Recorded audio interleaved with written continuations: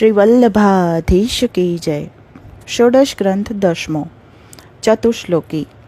આ ગ્રંથમાં શ્રી મહાપ્રભુજીએ 4 પુરુષાર્થનું વર્ણન કરેલ છે અને આ 4 પુરુષાર્થ એટલે ધર્મ, અર્થ, કામ અને મોક્ષ.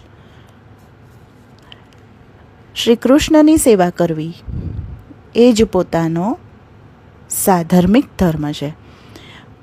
પોતાનું સર્વ શ્રી કૃષ્ણને સમર્પણ કરેલ છે અને હવે મારું કંઈ જ નથી, માટે શ્રી કૃષ્ણ પોતે જ અમારું ધન છે.